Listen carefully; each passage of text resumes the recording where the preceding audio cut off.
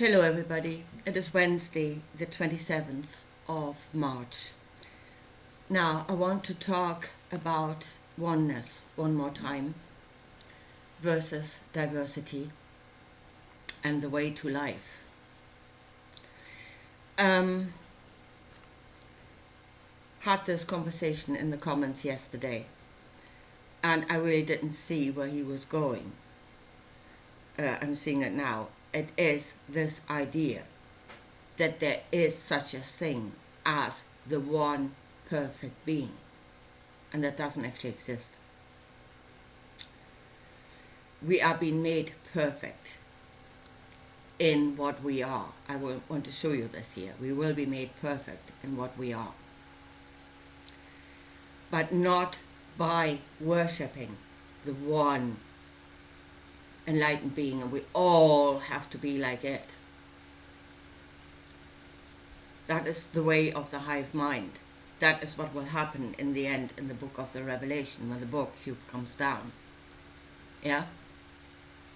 And we will be his children and we will all do according to his will. And that was the way of Jesus. The way that he proposed, and that is the way I absolutely reject. Absolutely reject. And that is that he was obviously in contact, he was channeling another consciousness that he perceived as so much greater as himself. And he was shown the way to join that consciousness, to become a part of it, and that is by doing away with self. By doing away with his own individuality and by becoming something that will serve inside of that other consciousness.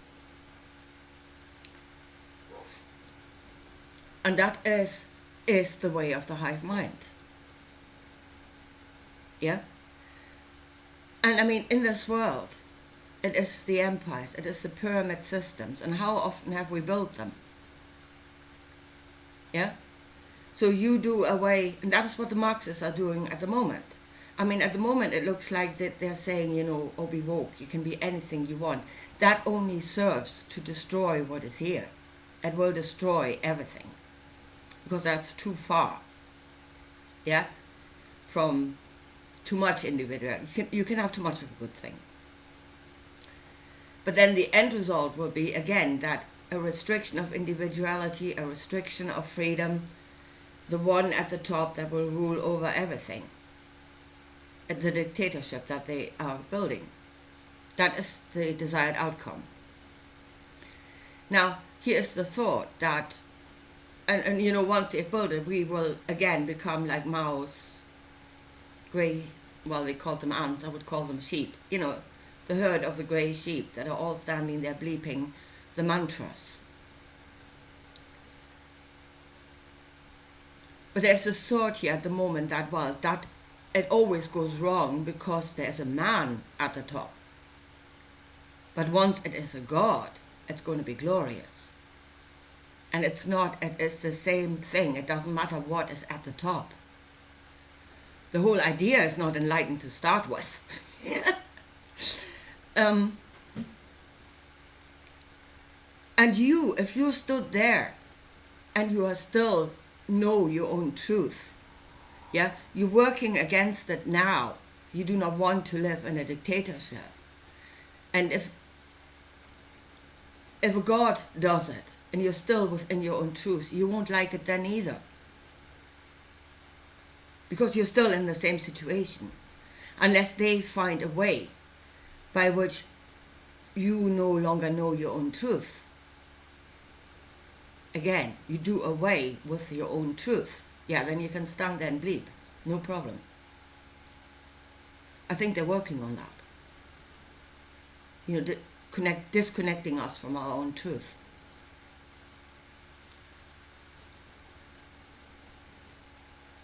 Now, it's said in the comments that the problem is that we all are individuals. Yeah? And it is the idea of the oneness. We are all connected to everything else, and there is one perfect state.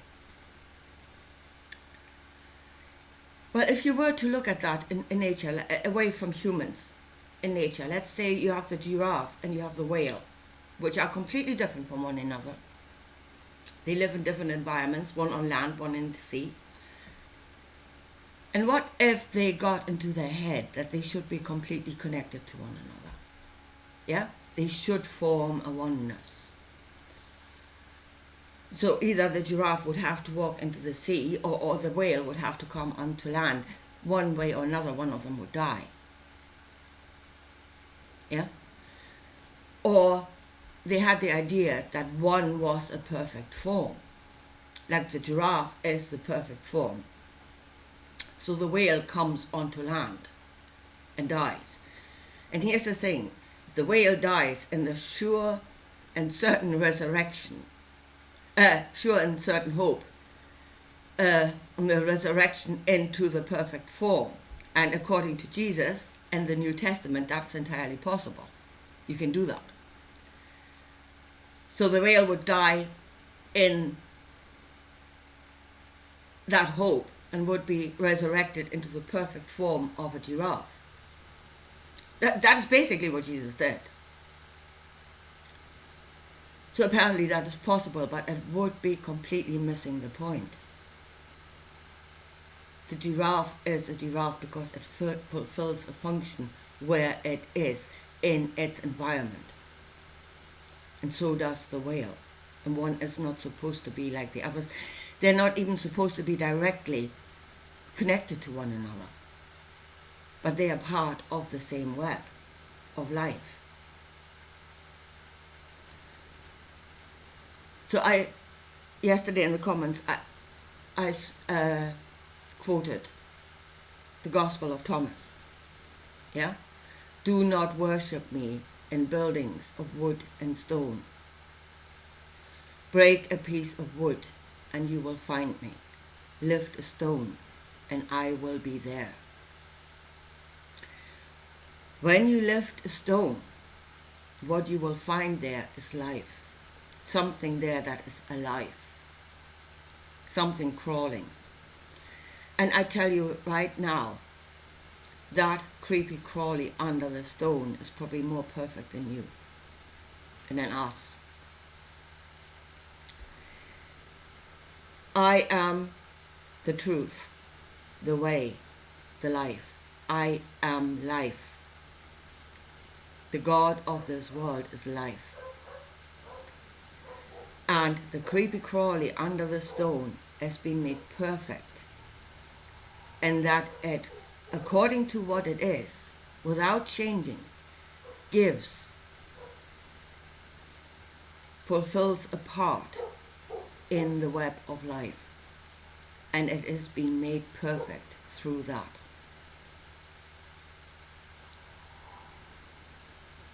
And that is what we have to learn, to become perfect in life, to become a part of this web. Now, in the comments again, said that conflict is being created because of our individuality, and it is not. Conflict is created through not accepting our individuality and through the drive of making everything the same. That is what is causing destruction. Not accepting what is here, what we are. And I mean, with the best of intentions, it may be created, destruction that is, through your desire to connect to another person fully. And then not accepting that that other person is so different from you that you cannot. Again, then you are in the situation of the giraffe and the whale. To fully connect, either you have to destroy him or destroy yourself. Or both. And that is what is creating the conflict. That is what is creating death. This trying that every part should be fully connected to every other part. And when you look at nature, Even if you look at the stars and the way they are genetically, no part is fully connected to everything else.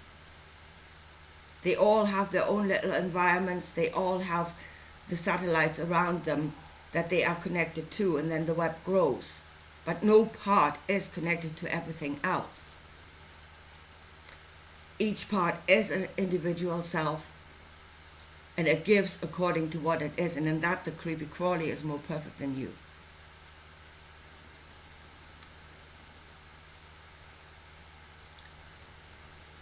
So we need to learn, first of all, to be our own light. That is like the creepy crawly. What are we, and how can what we are give to our environment?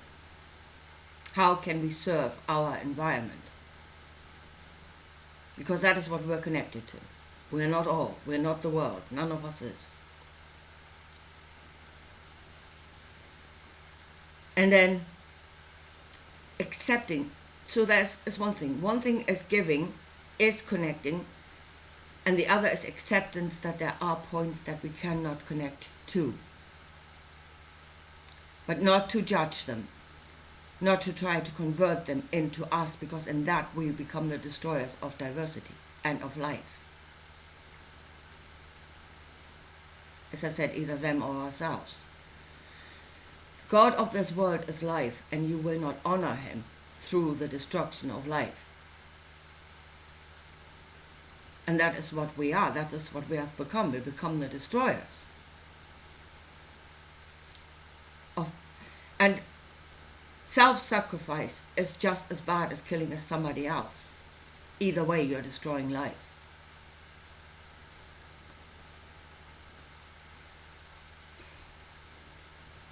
This is complicated. This is going to be extremely complicated, because this is the more complicated system. But it is a greater level of consciousness than the hive mind. So here we need to transcend from the thinking of the oneness, the hive mind, into the thinking of diversity and how to function in diversity. And that is a transcendence into a higher state of consciousness.